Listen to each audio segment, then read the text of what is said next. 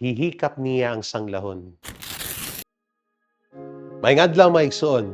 Ako si Father Albert Benedict Soliman, OSA, usa ka Agustinong pari sa Basilica Minore del Santo Niño. Uban kita sa atong pamalandong sa pulong sa Dios.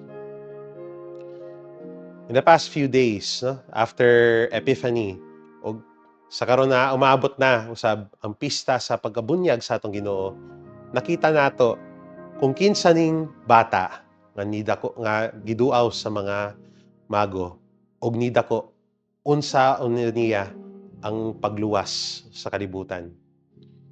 In the past few days, we saw him feeding the 5,000,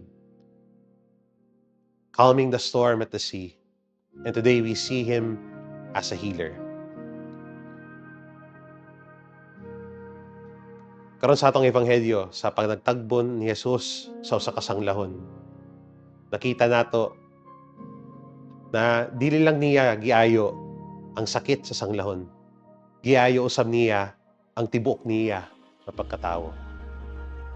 Leprosy at that time was considered not simply as an individual disease, but as a disease that also had a social impact.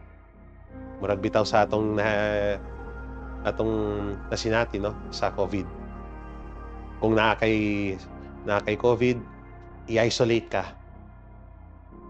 You cannot associate with others. And yet, we see the Lord touching the leper.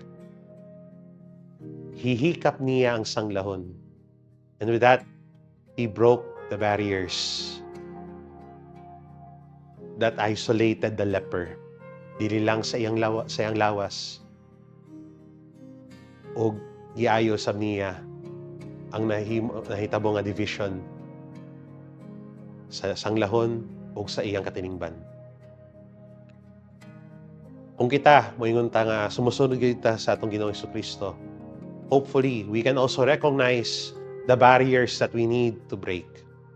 Barriers that may need to be mended. Mga babag, mga nakababag ka nato diha sa atong pagsunod sa atong Ginoo. Unta, mawala ni sila. Ato paningkamutan, of course, pero tinabangan gayud sa grasya sa Ginoo.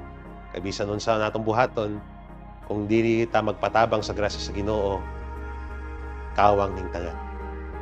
And so let us ask the divine healer